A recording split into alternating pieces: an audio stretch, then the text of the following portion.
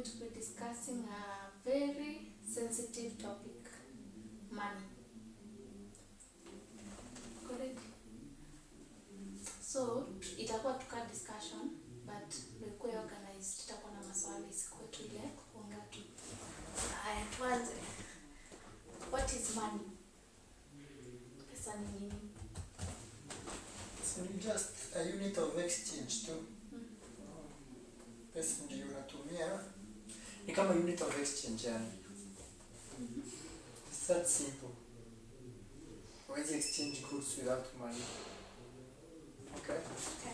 Just a unit of exchange. Ndio ina facilitate trade in short. That's smart. Sikuwa na hiyo, nilikuwa nimefikiria option nyingine, so acha niweke yangu kwa mfuko. Kwa hiyo si unasema hapa. Hata hiyo. Aya, number 2 is money evil. People are. But is money evil? Does money cause evil? No. Money is not evil. People are evil. Ukaacha pesa yako chini ya pilo inaweza cause mambo mangapi mabaya. Uache tu pesa somewhere hapo na uende. Utapata imekuchomea nyumba. Hapana. Alafu.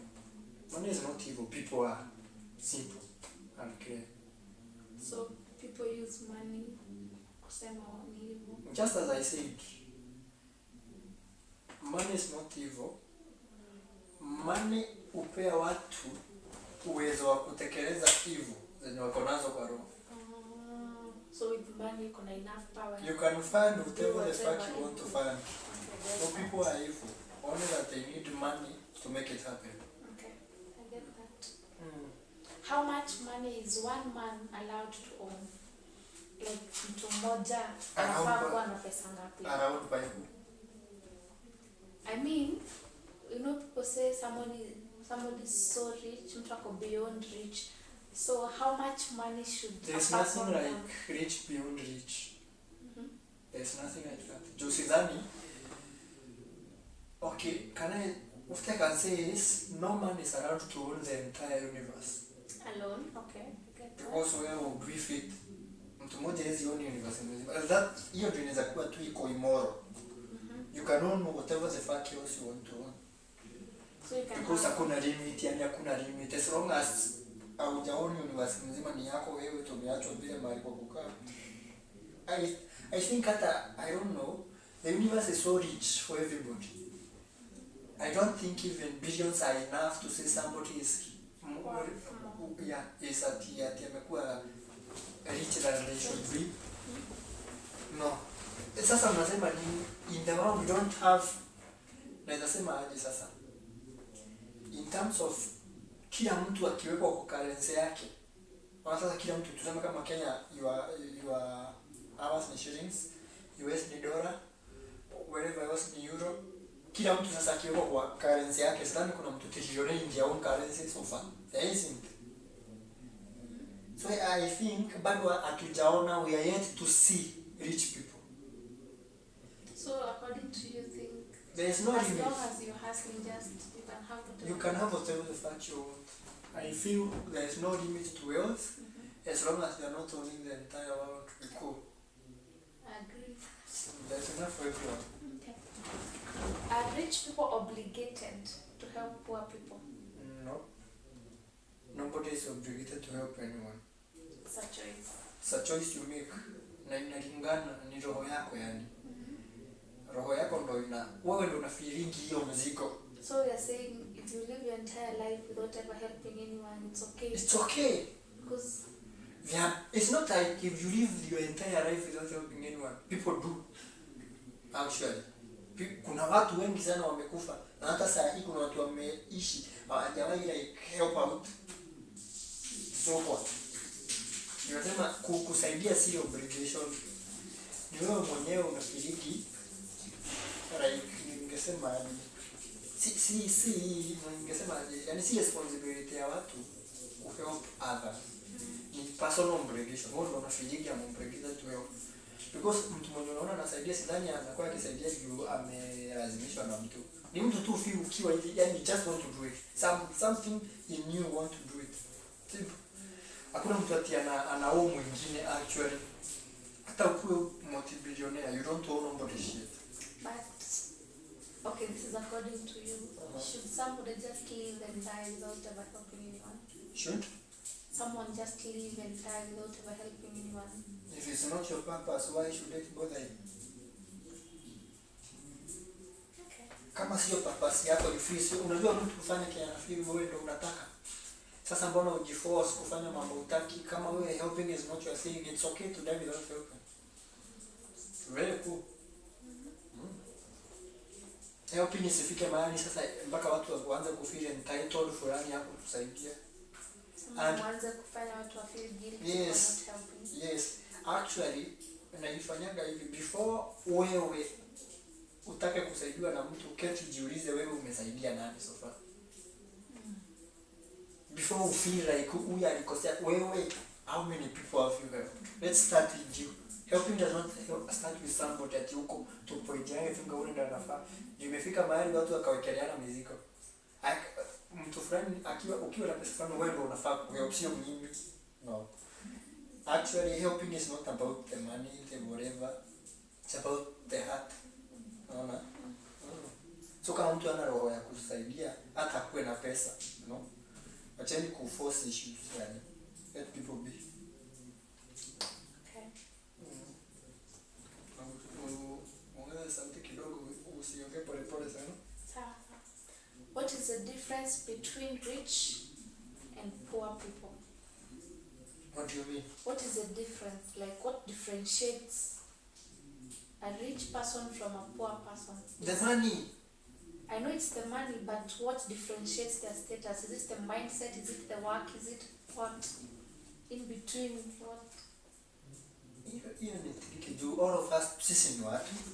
At the end of the day tuseme I'm poor right now. Next year I'm rich. It's still the same person, yeah?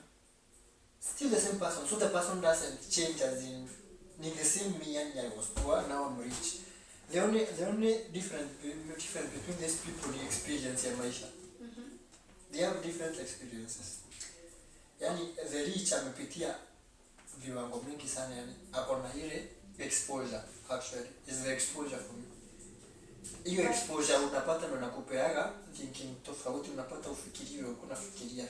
You start seeing things from a different view. Do you think there's a difference in sacrifice between poor and rich people? Somebody sacrificed more than the other. No. Let me tell you, actually, I feel, maybe when I feel you should type what matters, it's the reality of, you know what tunaongea about doing good and whatever, even though itaenda juu naongea mambo ya poor and the rich. At the end of the day, all that matters is the reality of good, not its perception. Okay. Juu unaweza kuwa umefanya kitu but intention yako ni to perceive you are good. Kama hivyo unasema giving, somebody ningesema nitaiputaje, tuseme I'm a politician, nataka mimi kuingia kuiba, nitakuja nianze kusaidia watu wenye hawajiwezi, but intention yangu just to create an image, but to everybody who look I'm a good person, they can even fight wakisema mtu fulani vile usaidia, but deep down mimi sisaidii for anything. But do you think anybody should sit down and say I sacrificed more, I worked harder, I did? Because for me, I think nobody should sit down and say you worked harder, you sacrificed more, because I think there are people who are actually poor and they are sacrificing too. You know, it all depends with what sacrifice are we talking about. Ni sacrifice gani? Hii yenye itafika mahali tuikompare ni sacrifice ya nini, or what cause are we sacrificing for? Because if it's about personal life, you can't start comparing yourself having sacrificed more than somebody else. If it's about sasa tuseme success yako na yangu, nitaanza kusema aje maybe yako might not be enough for me. Kuna mtu rich na hajafanya kazi yenye mtu poor amefanya. At the end of the day, mimi na firigi making it juu hapo ndipo itaenda. Juu sisi tunashindanisha ati sacrifice. But tusema go sacrifice more than the other. We don't care about that. Ni favor tu. Unaweza sacrifice too much na una favor. I love that. You can't force things yani. Ndio sasa usemage and that's why itafika bado uanze kuwa bitter na watu wengine. Juu na feel yule ako ni billionaire. Tulianza kufanya hii kitu at the same time. It's not like mlikuwa mnashindana ndio uanze kusema sasa yule ako sacrifice more than I did. It's not competition. Unasema ile ni unfair. Tunasema ni favor. Kama una favor, that's it, your fact. So in short, tunaweza sema success is not more about hard work, what it's about God's plan. No. Okay, we just do what we have to do. Because at the end of the day, you don't know what will work and what won't. But making it is still your decision. It's out of your hand. Yes, it's out of your hands. God's plan. Is the statement the rich get richer, the poor get poorer true? No, it's not. It's a general statement and it's foolish. It's very stupid actually when you think about it. Juu hizi vitu ni zenye zinakuwaka, the society has set standards, okay? And that's why you see when you go to school, all of you know the same phrases.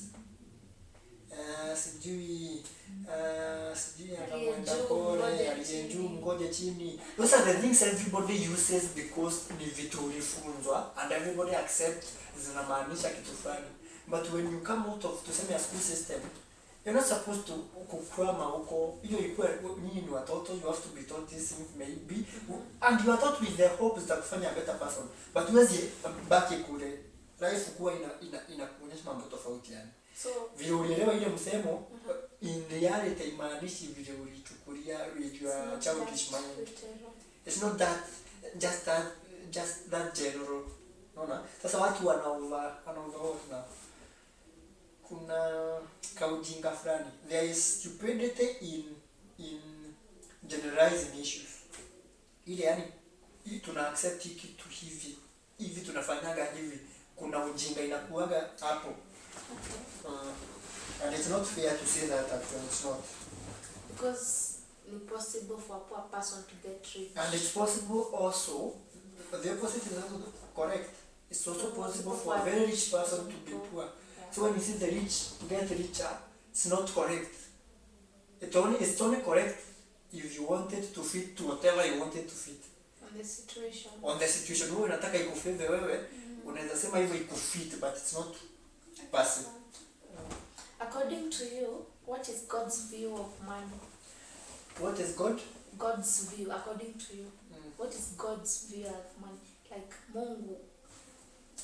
If you are just asked, unafikiria kwa Mungu pesa ni maoni ya Mungu kuhusu pesa? Maoni ya Mungu kuhusu pesa? Hiyo ni according to you, you're not saying, you're speaking for God. I'm saying just ile kuthink just out of. Mimi according to me, from God's side, according to me, vile nafikiria, money is okay. It's okay with it. Because ana issue. Because atakuwa na issue nayo why? Kwa nini? If anything, Mungu aliumba watu to an extent, sisi ni extension ya Mungu. So when you talk about God, anza na watu. Sine mbali sana, you want to understand God, yani hata kidogo anza na watu. Kama Mungu alituumba sisi tuwe extension yake, means responsibility ya binadamu. The biggest responsibility ya mwanadamu ni ku create. You create shit and God is happy with that. Yes. Okay. If you don't do that, then dunia itaanza kufanyaje? Ku-evolve. We need money to survive in short. And it has made life easier for everyone. Imagine tungekuwa tuki-exchange vitu. Ukitaka hii soda, unanipea hiyo pill. What kind of bullshit is that? Get that. It's creativity actually. If I must, pesa ilikuwa creativity ya mtu. Somebody thought, ilikuwa thought process ya mtu. And God loves anything that is created. And take your time. Kama kuna kitu haikuwa. Na inarahisishia everybody else maisha. That's you should be happy. Okay. Why do you think money causes so much violence and quarrel. It's a topic you're not allowed even to speak about. Money. I don't know why. Yeah. Why? Money doesn't cause violence. Money on itself, as we said, the fact that we say money si hivyo, Meaning it can never cause violence. Wanadamu wako hivyo. But why do you think people are willing to fight, kill for money? Why else? The value. But is it worth it? Let me tell you, nothing is worth anything. Nothing is worth it. Lakini nakwambia, mimi vile najua mwanadamu. Sasa tunasema human, sisi. Nisema mwanadamu kama mimi si part. Sisi. Ile personality ya mwanadamu, by nature, we are selfish, greedy. Yani we are selfish and greedy. Hivyo tu yani. Hiyo ndio nature yetu. So it does not matter whether ni money ama ni nini. Hata tungekuwa tukiexchange vitu sasa bila pesa, bado tungekuwa tukiuana. So it's about grabbing it for yourself. It's about greed and selfishness ya wanadamu. So it has nothing to do with money. Sasa tunataka kuiput ni money juu hata ukaanza kuongea mambo ya mashamba saa hii, it all boils down to money. But do you think it's something that should be worth killing people for? Nothing because is, people are killing people for. Nimekwambia nothing is worth it. Nothing. Get that? It's not worth anything actually. Other than ile state ya naweza itumia kununua hii na ile, I don't see vile naweza ichukulia na ile uzito ya I can kill you to get it. Yeah. Although ndio nimekwambia ina depend. Kama wewe uko na ile ability ya kujijua and calling yourself out, because everybody ako na ile Intuition. chembe ya selfishness na greed. Unanielewa? Everybody has it. Na pride. Yes, na pride. If you cannot call yourself out anytime you feel like unajiambia no, that I cannot be, no, that can't be me. Na unaniambia Mungu nisamehe tu, mimi nimefeel hivyo, but siwezi kwenda kuwa huyo mtu. You have to call yourself out because kila mtu ako hivyo, and that's our nature. So people let their nature be in control. Hapo tunawekelea pesa sasa. Okay. What is the right age to own money? These are frequently asked questions. What is the right age to own money? Because tunaishi ile society yenye when somebody sees a Range Rover, una assume somebody over 40 should have it. Somebody over, at what age should one have money? When you're born or before. So you mean at any age? You can have Actually, money at any age? Me, according to me, you're supposed to have money immediately you're born. And your parents owe you that. Yes, you owe your kids money. When you're talking about money, we're not just talking about money. We're talking about kuishi poa. Juu sidhani kuna kitu haihitaji pesa siku hizi. Nini? Siku hizi hata kama saa hii kama uko town mpaka toilet yenyewe ni pesa. Kila kitu, yani everything ni pesa. Kitu ulipishwa tu ni hewa. Unaona? So money should not be taken like ati mnasema money imefanya we need money, simple. So the question is, how do we get money without hurting anyone? Unaona? So mimi nafikiria watu wanafaa wapangie watoto wao maisha. Mtu akizaa mtoto anazaliwa into their own money. Ushampangia. So we are saying maisha yake. On the delivery date mtu anafaa kuwa na account. Yes, simple. Mtoto anafaa kuzaliwa akiwa na own pesa. Because amekuja kwa dunia yenye iko na shida zinahitaji pesa to solve them. Na wewe ndio unafaa kumsetia hiyo pesa, that's what I believe. Okay. So hakuna age nini, no. Okay. How can a person from a poor family become rich? Okay, unasema? How can a person from a poor family become rich? A person from a poor family become rich. Yeah, and by poor mean it's a generation of poverty, like. Uje kwenu hakuna mtu ametoka. You don't even have, I'm sorry, you don't even have any idea of money. Oh no, in this environment where nobody talks about money, you have no idea about money. How do you mean? Money. How can you get money from a poor background, from a poor whatever? Meaning it's just the idea of it. The only way to get money is by being interested with money. I feel like mimi sitasema kupea bullshit, sijui do what you love, blah blah blah, sijui be hardworking. Hizo ni mambo za motivational speaker. Na mimi si feel hivyo, I feel like people generalize this issue mpaka mnatengeneza chorus. Kila ukiulizwa money unaanza kusema hard work, sijui passion. That's bullshit. I feel like the only way kwa mtu mwenye maskini kupata pesa ni kupenda pesa na kutaka kujua more about pesa. Unanielewa? Like the subject of money, it's so typotable sasa. Delicate. The subject of money is so ni kitu inakuwa very personal na watu. Personal is the word. Inakuwa personal na watu. Sasa tukishatajua pesa, people now start looking for excuses to get out of that topic. So watu hawako comfortable kuongea about pesa. So how do you get money? Something that you're not even ready to sit and talk about. Na kama ni kitu huwezi kaa chini kuongelelea, ni kumaanisha ni kitu huwezi kaa chini kufikiria. Because in your brain ushayeka it's too personal, the point that ukua peke yako without even when you can't think about money. The only time unafikiria about money kidogo ni wakati hiyo subject imetokea somewhere. Maybe umesikia fulani ako na pesa, ni billionaire. That's the only time unaongelea pesa ya watu.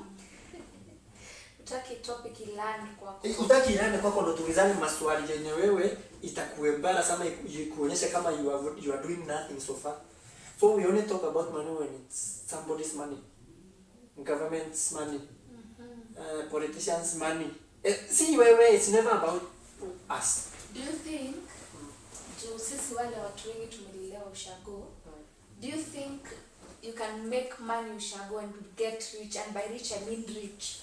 Of course you can, but you can.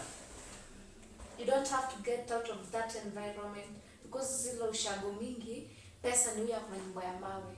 That's money to them. Can you get that filthy rich uko hiyo environment ya ushago? Filthy rich? No. But you can have a good life, just a simple. You can make small amount of money in ushago. Ile sasa kila mtu, yani you have something that everybody else doesn't have. Kama hivyo unasema nyumba ya mawe, wengine wote wana nyumba za mbao na matope. You can be able to do that. But beyond that, my friend, but no. Is it hard? It's not that it's hard. Ni economics za pesa ndio nakwambia. For you to get money, you have to be interested with money and how it works. For example, a point in time ni kama tuseme uko na nini? Hata si usiende mbali. Jiulize aje before you ask kama you can get filthy rich. Your village. How much money is in circulation? So that's the amount. It's about the economics. You can't get filthy rich. Why? In your village, how much money is in circulation within your village? But can you get the average life from that village? Yes, you can. You're nakwambia very average life. But I'm asking. But then iko limited. Is it hard to get that average money? Because ni ile ushago ya duka, kila mtu anakopa kila mtu. Is it hard to make that even that average living? It's hard. It's hard to skiza. The moment we talk about the economics of money ama simply put, tusifanye kuwa ngumu sana. Tumesema how much money is in circulation in your village. Okay? It means kama kijiji yako 100k ndio ina circulate kwa hiyo kijiji. Even if you are to get them all of it, pesa yote iko in circulation. How much can 100k do for you? I want to, okay, even make it 200k in your village ndio ina circulate 1200. Even if you are to see everybody else sasa hapana hata bob. Niwe umefagia hiyo pesa yote niwe uko nayo. So 200k is not what? It's nothing because let's be realistic hapa. Yeah. Ndio nakwambia ni ngumu pia. Ndio tunaongea hiyo pesa inazunguka hapo kidogo ndio kila mtu anategemea na ndio iko na kila mtu, okay? How do you get now? That's unasikiaga which is true sometimes. Mtu kuwa tajiri kwenu ni ngumu. Unaona? Mpaka zile opportunities za kukufanya rich hakuna. Actually, you have answered the next question. Kwa inauliza, do strangers make you richer than people you know? Yes. It's not even about strangers. Okay, kuna ile some things zinakuwa so ienda down to nitasema misemo tu vile nikwambia misemo. It's not about strangers and people you know. Unaona? Let's not get so personal about these issues.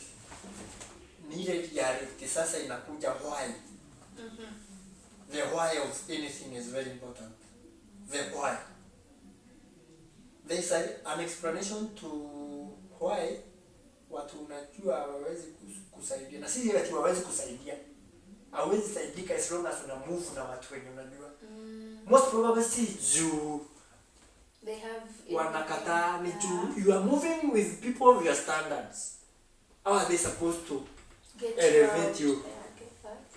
Naona? So see that easy ya kusema hivyo is like wana no. So in short, you talk kwa hiyo environment ya watu wa level yako. Yes.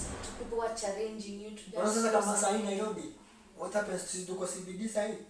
CBD iko na watu wa kila aina from all walks of life. Sio kama unanielewa tofauti. Imagine kwenu Ushago. Just imagine, brace yourself kwenu Ushago sasa, alafu angalia ni ya Nairobi. Kwenu utasaidika aje?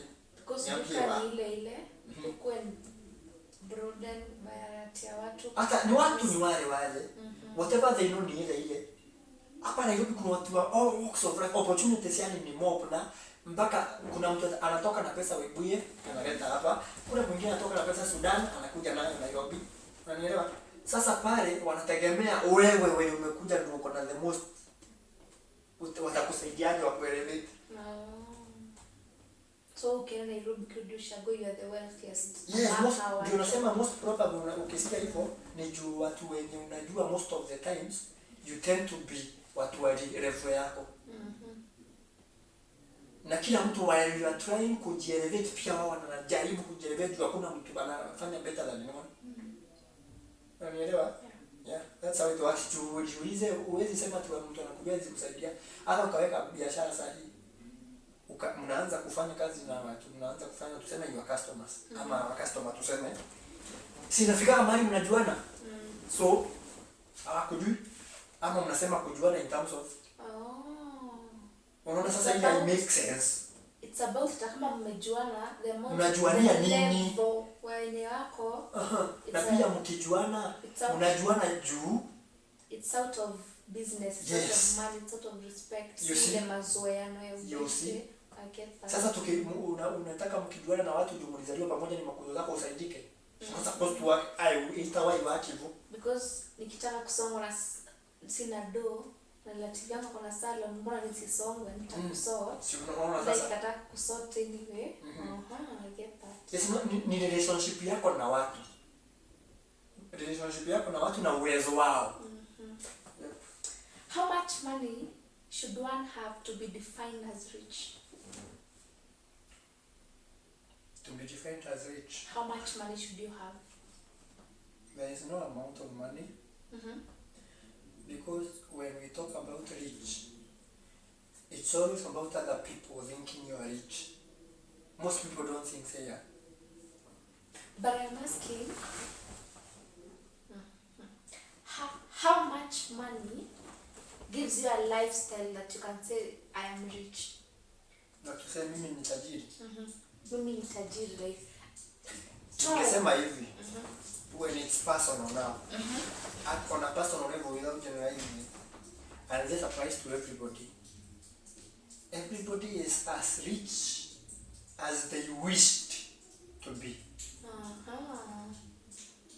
Kila mtu ako na life yenye anajua pia mimi niko na yani ile lifestyle nataka kuishi, na hiyo ndo ultimate goal yangu. Therefore if I hit that, you can't tell me shit, because rich depends na mtu. Kama nilizaliwa ghetto, kuna mtu I just want to live in a beautiful home where ya mawe, and I achieve that, I'm rich. Yes, because I achieved what I have always dreamt. Rich is ni achievement ya dream zako. That's rich enough for you. As long as you can, tuseme sasa wewe uko na ile lifestyle unataka kuishi na uko sure hiyo ndo lifestyle, when you achieve that, you are rich. It doesn't matter who has more than you achieve. Rich ni mwisho wa dreams zako. That's rich. I get that. Should rich kids be stoned for being born into wealth? Why should they? Because everybody is out here telling them, oh, it's soft, to juke or hustle. Should they be stoned for being born into wealth? I've been poor, very poor.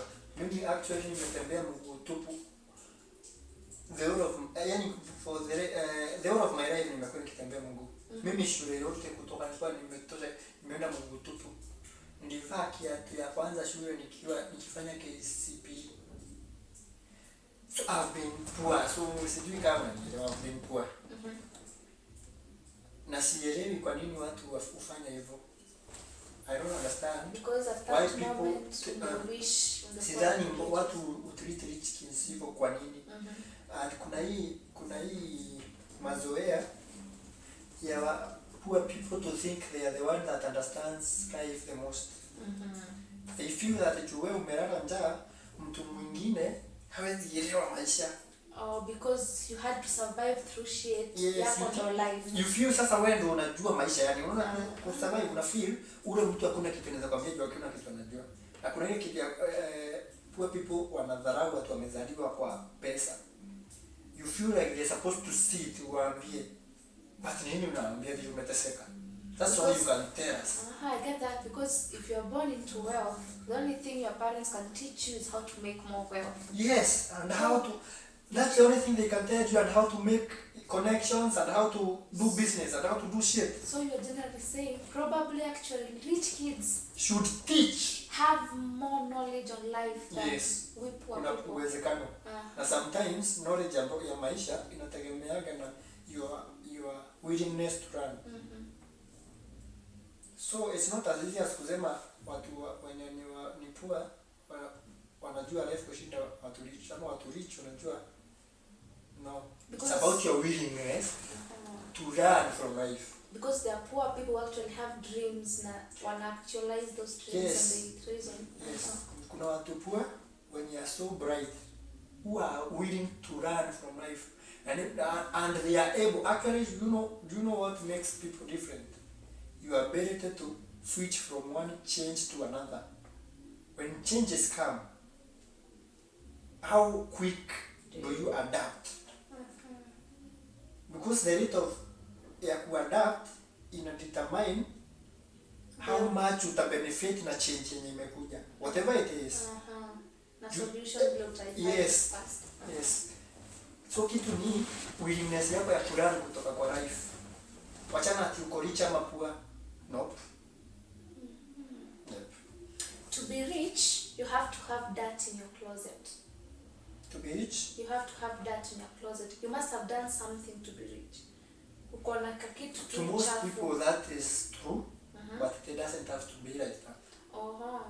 To most people ni ukweli. They did something.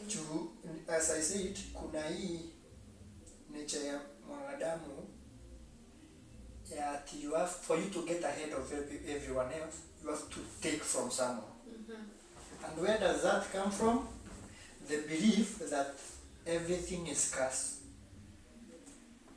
You can run any conversation, yeah, how much money mtu mmoja amearawiwa ku-own.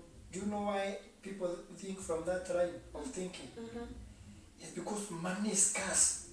So if I could have kupitisha bilioni fulani sisi tutabaki mbia. Our mindset reasons that there's an exact amount of money, and if one person has this amount they have most of it. Yes. You see, now people don't understand. Tuseme mtu anaangalia, anaona Kenya iko na na tuseme ni 3 trillion ama ni ngapi? Around hapo. Whatever. 3 trillion. So ni kumaanisha ukaambia mtu wewe ni trillionaire. Nauliza kwa trilioni moja aje. So uko na pesa. But now things have changed. Tunakwambia when changes come, they come with opportunities. And very few people when wanajiteka mkipinga hii change, kuna watu huona ile change na wao wanajiposition. Wanatafuta solution ndio. Bila kwanza kupinga mambo yenye yana change ama changes zinakuja, wao they are always positioning themselves.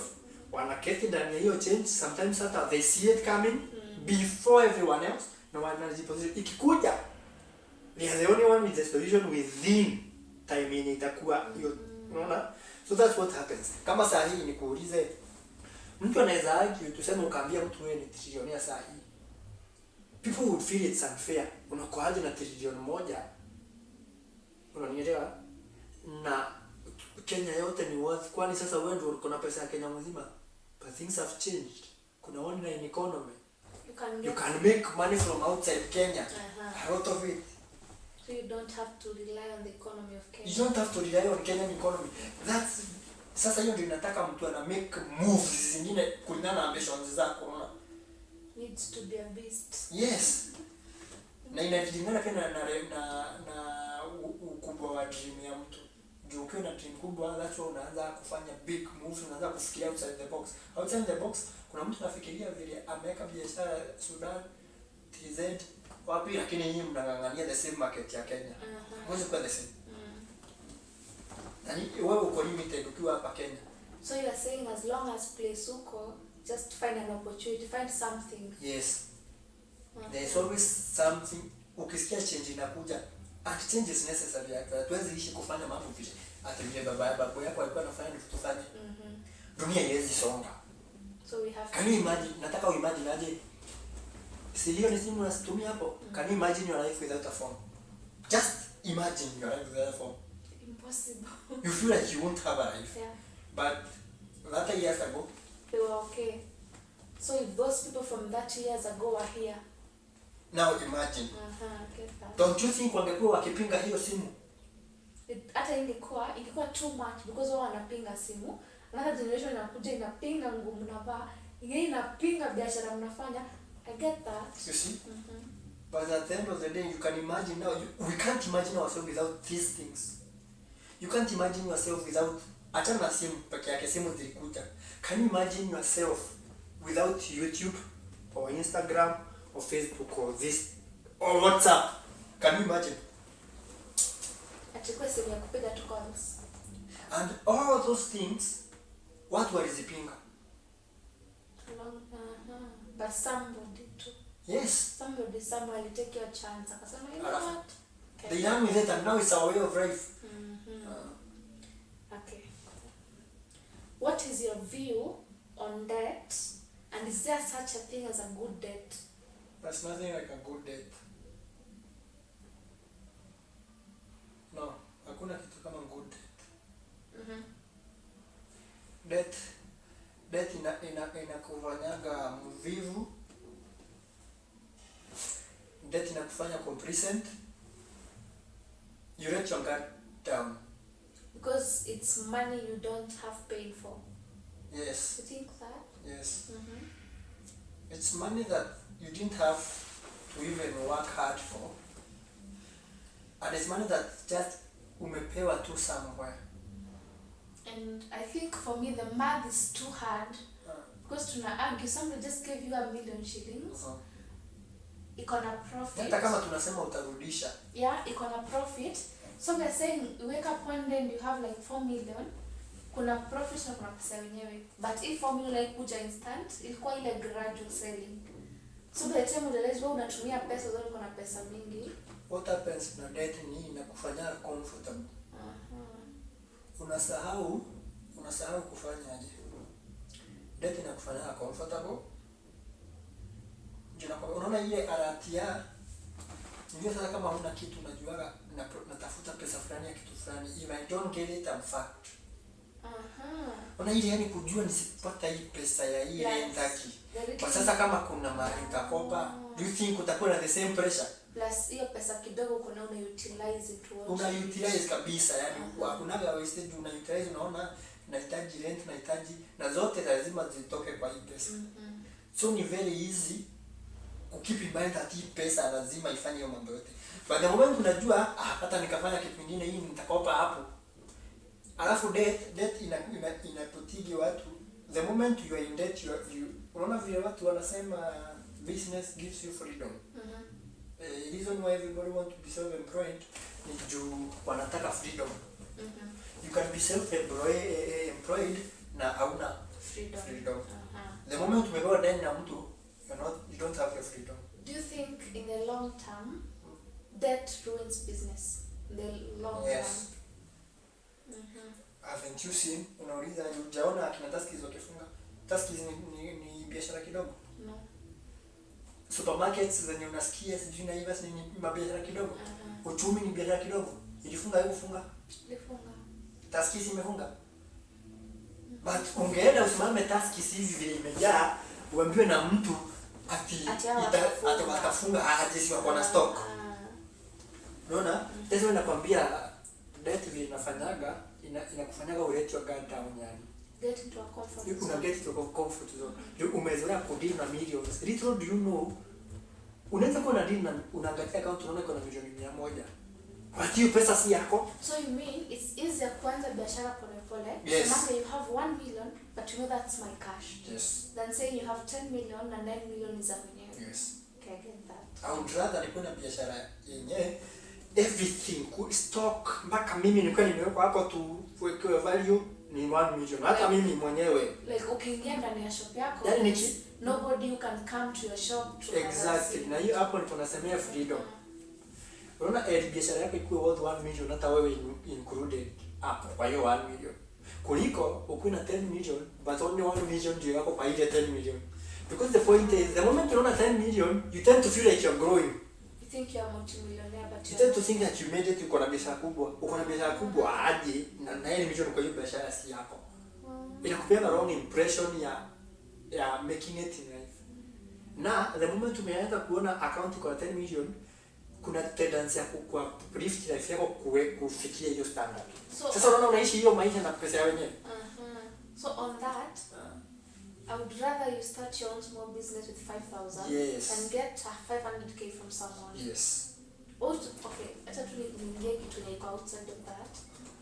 Unaweza jambia watu about this mentality that you have to open a shop that is full, that has everything, that you know, there's this mentality. The problem is, kama boutique lazima ijae. The problem is, you know, kitu watu hawaelewi. A business size should be directly proportional to the number of customers. Unaona? Sasa kuna kitu watu hawaelewi pale. Hiyo formula, as long as it does not matter shop yako ni how big ama the impression ya shop yako, it doesn't matter. So swali ni how many customers do you have ready? Yani market yako uko na market. Na the business will grow, meaning you grow with it. You grow. Si unaona customer mmoja leo, mwingine anakuja kesho. Jua kuna mtu mmeambiana ukifungua au kama mbaya. There is not ile appointment ya wewe enda ufungue, ukifungua mimi na mimi tutakuwa customer wako. So you cannot say nataka kuanza biashara 500k. Ndio sasa wewe ukivopa 500 yote uirusha kwa. That's even stupid. Okay. What percentage of money should be spent on fun? Just fun. Because I think if you asked me, I think people in universities have a lot of money. Out or about help, but I don't understand how they just walk out of school with help every year. Na mtu ana walk out and you have nothing. Like nothing, like 4 years. Ulikuwa unapata help na 4 years kisha una anything hata nguo za kwenda interview. How much money should be spent on fun? Spent on fun. What percentage of your money for fun? The amount of money that should be used for fun is the money that remains after you have invested everything else. So after I've paid my bills, it's not after you've yani nasema after you've invested everything else. you pay your bills, you add your stock, the remaining money unaweza tumia. Actually, I feel now when we are talking, na feel kama nafaa kuwa the opposite. You buy Kama uko na biashara, buy your stock. Kenye utabakisha, buy your bills. Tusemanga hazitatosha kununua bills, of kulipa bills. So business should come first. Business first. Not paying bills. No. Okay. Fanya kwanza, kama ni stock, chukua stock kwanza. Kama wewe ni investor, invest kwanza. Whatever else itabaki, gawia everything else. So make sure most of your money goes back to the most shop. of your money is this simple. Make sure pesa yako ile mingi. Okay, can you do it inaenda mahali unatoa pesa? Can you do it in percentage of bills this, stock this, fund this, percentage? At least make sure 50% ya pesa yako urudi mahali unatoa pesa. Alafu percentage ya bills. Sisi tunategemea sasa. Na bills zako na fund. Tunakwambia the moment umeanza hivyo, tuseme uko na 100k. Siko na 100k sasa hivi. Niko na 100k sasa hivi. Mimi nimenunua stock ya 50k. So 50k. So 50k yenye itabaki, it does not matter. Juu nakwambia uwezi sema aje sasa juu nimebaki na 50k sitalipa nyumba yangu ya 10k. Ndani nikunywa pombe zote. Tumesema uko na 50k ndio utagawia between house, food, whatever. Hapo sasa ndipo unabakisha ya fan. Whatever else utabakisha kidogo ndo fan inakuja by automatically as long as umeanza na biashara. Fan ndo inakuja ikiwa ya mwisho. Okay, if you are an employed person, getting an example, the example, the 15,000 monthly. How do you utilize this money? In your mind, unataka kuweka biashara yako, but you need this capital to go to start your own business. So how do you utilize this money ndio ibaki na pesa inaanza biashara? You're earning 15,000 a month and you need to start your own business, but unahitaji ile capital kwanza business. Unafaa ugawanishe 15k aje? Inategemea ni biashara gani unataka kwanza. Just use any. Nikupe example. Sitakupea stima hiyo itakuwa rahisi.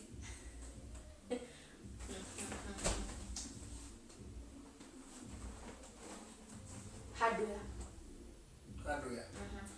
Unataka kuweka hardware na mshahara wako 15k. Ama let's just say you need 100k to start a business. I don't think anyone needs 100k to start a business though. Okay, tuseme 50k. Una earn 15,000. Acha kulipea pesa yenye unahitaji kuanza business yenye unataka. Hiyo inakuwa wrong approach. Wrong approach right there. Whenever you start talking about nataka kuanza biashara na pesa fulani, already it's a wrong approach. Ushajilimit. That you cannot do it unless upate hiyo amount kwa kitu yako. Okay. Naona? The question is, what kind of business tuseme? Tumesema just cosmetics, salon, beauty. Cosmetics and salon. So let's go with salon. Una earn 15,000 unataka kuweka salon. Okay? Ni nini? Always do this, usichukulie mambo generally. Boil them to atomic level. Yani kila kitu uikatakata mpaka ifikie to atom level like. The minimum. The smallest. Usiangalie mambo from above. Just uzikatakate mpaka uende to the lowest level ya atoms. Ya hiyo whatever you want to do. Those smallest issue haibagi ati ya kuona ati salon juu the moment umeona nataka kuenda kutaanza kuona aje nataka 100k. No. Acha kujiuliza hiyo maswali. You are asking the wrong questions.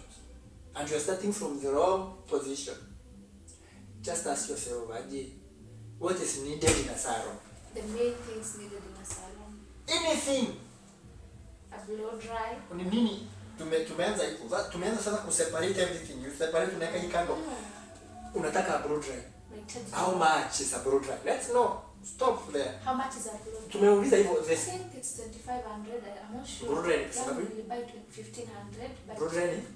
I bought mine at 1,500. But but for salon tuseme 2500 unapata ile quality. Najua mimi 2500. So tumetoka from a salon. Tumekutoa from ile picture ya ile fantasy ya salon. Sasa tunaongea mambo ya blow dry. How much is a blow dry? 2500. So what the fuck? You want 15k? So this month you want blow dry. Ndio nakuuliza sasa hautanunua hata moja, you want to buy one blow dry? Just buy 2 and keep them in your house. So tunasema umeend 15k. 5k nunua blow dry mbili. Eka kwa nyumba. The next month dryer ni 5k. No buy dryer. The next month utaji mafuta 5k buy mafuta.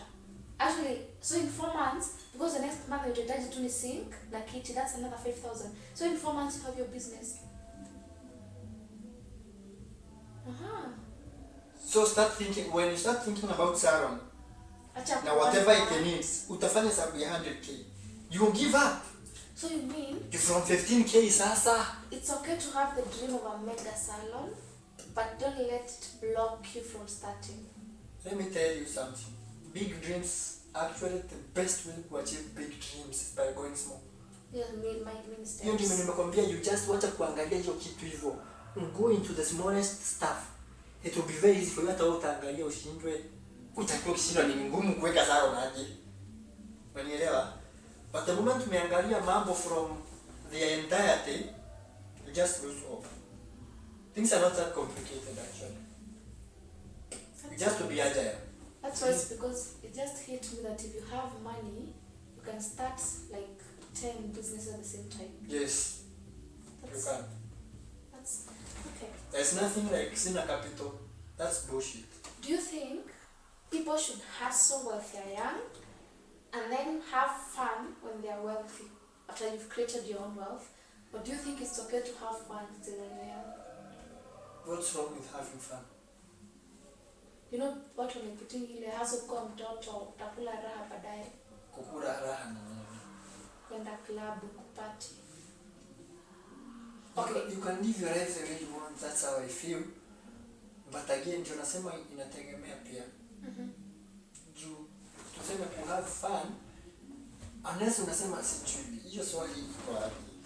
Okay, acha ni lighten. Watu sema badala ya kwenda club kubaiwa pombe, enda nyumbani you hustle, then come back when you've made your own money at a certain age, when you can afford anything, then drink and have fun, rather than when you're young, pesa kidogo unapata unakunywa tu, then when you're old unarudi sasa kuhustle juu ulikunywa pesa kujana.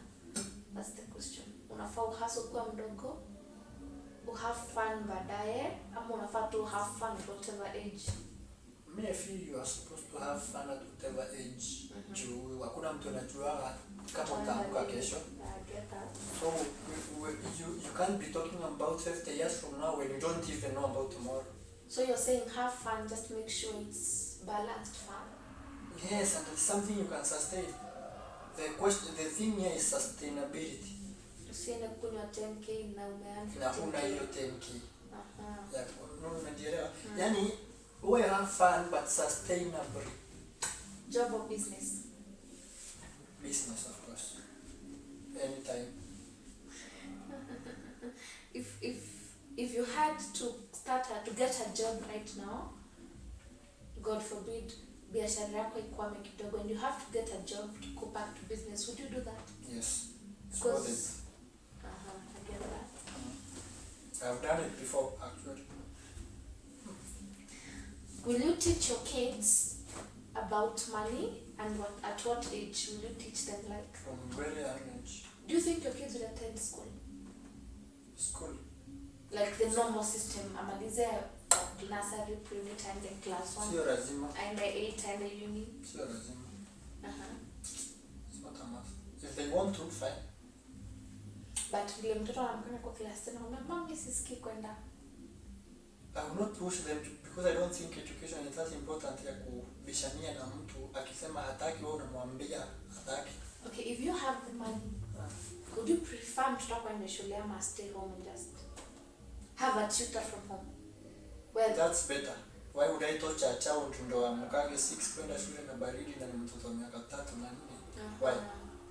Okay. I feel like it's unnecessary.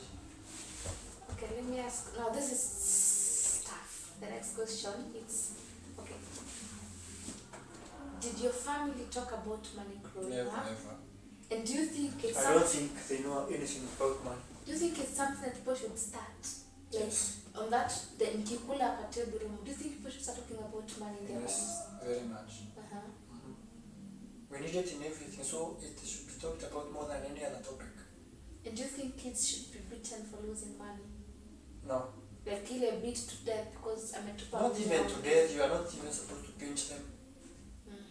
It's not, it should not happen. Because I think, okay, let me As ask. much as we need it, pesa si important kushinda mtoto. Do you Yani think it's not that important ya kufanya sasa watu wakuwe wanyama juu ya pesa. It's important, we need it, yes. But do you think parents instilled fear of money on kids since we were young? Like because there's this thing when mtu akipost amebuy gari ama let me use one person, I hope it's legal. I don't know. Kama akireject ongelea pesa yake, the first thing that hits people is unaringa. But for me, I'm like, wow, you know, this person achieved so much. Do you think we were instilled this fear when we were young? Ili ukitupa 10 bob unagonga vitu. of course. Do you think it was instilled in us the point Don't that you see, uone hata trend ya vile watu wana behave when money is mentioned ama pesa ikiwa involved. It can relate to everybody vile tumekuwa brought up. Ukitupa shilingi 10 unachapa kama kitu kingine, na bado kuna ile aspect ya tumefunzwa that money is scarce from a very young age. Every time ukiitisha hii hakuna hii hakuna hii hatuna hii sina pesa. So that's why unaona watu wakiwa na issue na watu wenye wako nazo. Na watu hawajui damage ilifanyika kwa mtoto. Hata hiyo ni ya kuitisha everything ukiambiwa hakuna ipatikani. So why should you have the money when everybody else doesn't have? Unaona? do you think people want a soft life but they are lazy to get a soft life? Not really. People are not lazy to get a soft life. People are not lazy per se. People are very hardworking actually. People work so hard. I mean, unajua tukisema working hard si kusema ati tunasema ile kufanya kazi ngumu sasa. That's what I'm referring to. People are working in this country. Kienye kimfanyika ni upbringing. Upbringing yetu so factor. Do you think we are stuck in the generation where wakulima walikuwa napata do ile baba zetu wazazi wetu, like for example my grandfather was rich from coffee and tea, kulima hiyo. Do you think we are stuck in that zone where? Let me tell you something. That nilikwambia aje, kuna reality ya mambo na kuna perception ya mambo. Those people weren't rich, they were perceived to be rich. They were not rich. Because when you consider wealth, what is wealth? Bro, okay, if they were rich, what happened to the money? Because I think wealth is being able to afford anything you want without feeling the pain at any time. Yes, but they weren't rich. They were perceived to be rich. And nimekwambia, for you to make it most of the time, lazima utoke hapo kwenyu. So if people are not lazy, what is it? What? Like, I don't understand. People are not lazy. People just put their energy in the wrong places. Watu wanataka kupata energy yao kwa vitu zenye zina make sense to the society. So we no longer actually sit down and analyze what actually works for you. Or what you want. It's and go for it regardless whether society inasema uende or not. Ndio nimesema we want to do things that are acceptable to everyone. Do you think we don't want to think? Yes. Like people, we just want to sit and be like, people can do anything to avoid thinking. Huyu aliweka gastima ikahit, mimi atatafuta pesa niweke gastima. People can do anything, even work so hard to avoid thinking. So hata you unasikia people work hard, most of them are doing it just for one reason. They don't want to think. They want to avoid it at all cost. That's why wanajipata wakifanya kazi ngumu sana because they would rather do that than sit down for 1 hour and figure shit out. Are you a spender or a saver? Am I? A spender or a saver? A little bit of both. That's true. A little bit of both. Kuna ile time unapata umejisahau kidogo, umekuwa Like it's spender. been a year, it's Yes. December, you don't have people. Lakini inafika mahali the question ni because sasa kuna ile kila mtu kuna kitu zake, okay? But do you call yourself out? Do you sit and say like no? But, Hapa nimekosea. I can't do this, I have to change this. but I don't think you're a saver. I think you're an investor because I don't remember the last time I can actually say you saved money. Like to say umesave do. You know, you're the kind of person mwenye nimeshika hii pesa ati ni buy stock ya shop. Because siwezi sema ati nasema mali niketi niseme ati ninunua amesave pesa. I don't think you've ever done that. That's what nasema if saving is even uko na maanisha. So I'm a little bit of both yani. So if I ask you, are you a spender, a saver, investor? What are you? Me, I'm an investor and a spender. Okay. What is the last big thing you bought, and was it worth it? Big thing. Oh, sad for you. Big thing. Big thing, thing gani? And it's something that you owned, you bought for yourself, and it's big. But you realize ni nini, and it's the same question I asked about. Kitu yenye nishainunua kubwa zaidi ni stock. That's why I realized, I wanted to ask you a possession of your own, then I realized you don't buy possessions. You're the kind of person who just talks, so we stock. Ilikuwa worth it. Would you rather spend money on things or experiences?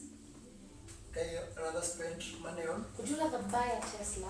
Would you rather go for a vacation? Spend money on things or experiences? Things, my friend. Because, I know. It feels nice, man, to have shit that actually ukijua vitu zingine ungewahi zipata, kuna time ungewahi hata ukufikia utaipata. It feels nice. Do you think it's because there are chances that things will appreciate in the market? Vacation or not to spend? Not really. It feels nice. So you'd prefer buying a Tesla over going for a vacation? Yes. Yes. I know, that's true.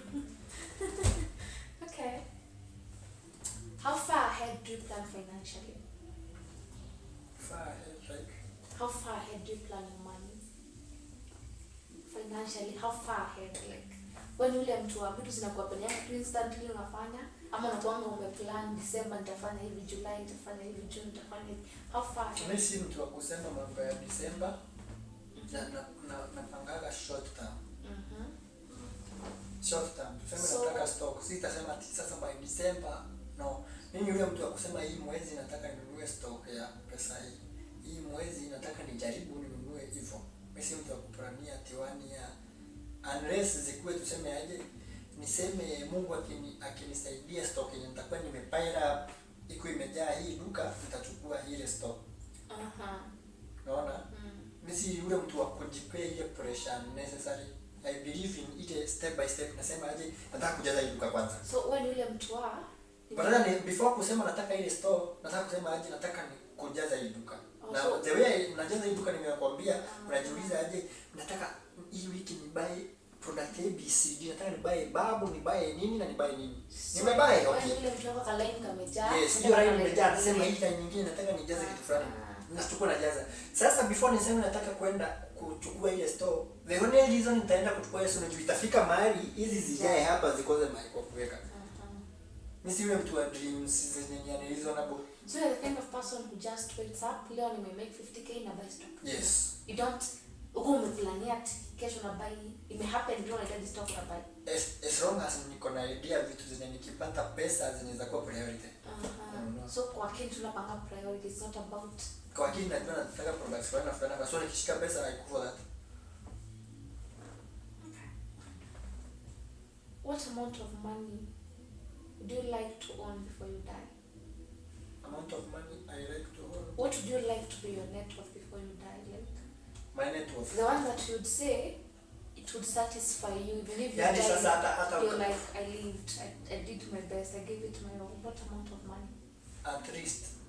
Yani yenye ninaweza sema sasa nikapata hiyo au bila shit immediate yani it's okay, I can now rest, I did this shit, I lived life, it's okay. Yani hata ukasikia unakufa leo, on that deathbed you're like, you know what, God did something with my life, I achieved something. $100 billion. Oh my God. Yes. That's $10 trillion. Yes. Love the dream because it's okay. What scares you about money? What scares me? Kuikosa. Lack of it scares. Does it scare you that one day you might wake up and it's all gone? Yes. What do you do about that? Anytime unaweza kupata pesa taikuwe kidogo na hukuwa nayo, kuna hiyo fear ya kurudi kwenye ulitoka, and that's the, naweza sema the only fear I have in life. So devastating, yeah. Just the thought of it. Okay, can I ask you something? Disturbing. Can I ask you something? Are you the kind of person who's a hypocrite that unaweza kuwa unaanza kusota and you just pretend you're okay to keep an image? Or are you the kind of person mwenye sasa unaishi CPD and if things got worse for you, unatoka mbele unarudi kwa west because you're doing it for yourself? What kind of person are you? Inategemea. Are you the fake it till I make it? It's not about even faking it. Sometimes I feel like hata ki happen, it's the same way na vile watu uliza mtu wanawake wenye wanachapa kwa nini kwa marriages. It's not that easy. Sometimes see ati maybe unaona but maybe unadhani. Sometimes it's even very hard to say ati nimeona. Sometimes maybe biashara inaendaga chini, inarudi juu. Sometimes unapata umeuza hii pesa, sometimes umeuza nusu, sometimes but kuna wakati unaangalia hewa unaona biashara ni mbaya. Sometimes you don't even know it's happening. I know that. Inakujaga sometimes iko imefichwa, so you don't really know what's happening. Naona, so unajamjia ni biashara mbaya maybe but itarudi. But I'm saying in a situation where you actually know you're going bankrupt. I would do anything to save myself from going back to zero. So what would you do?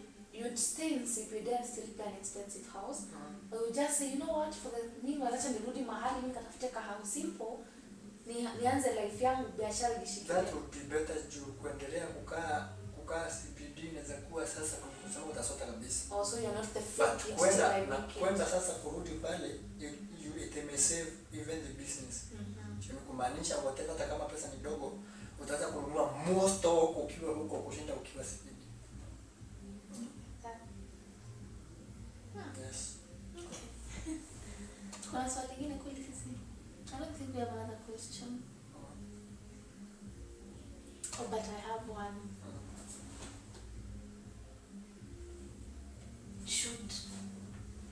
Should money be this scarce? Should money be this scarce? Do you think we have had a political system that has made money so precious that it, unafikiria tumefika mahali politicians wamefanya pesa ikae kitu precious to the point that, because I think in the process of killing people we're living in a society where ukisalimia dem kwa range anaingia mbio, hataki kujua unaenda wapi, don't care you are kidnapper, you are killer, watu unaenda tu. Do you think it's political? These people have drained people of everything. No, I don't think so. They may be corrupt, wanaweza kuwa naiba, but still they may drain everyone of everything.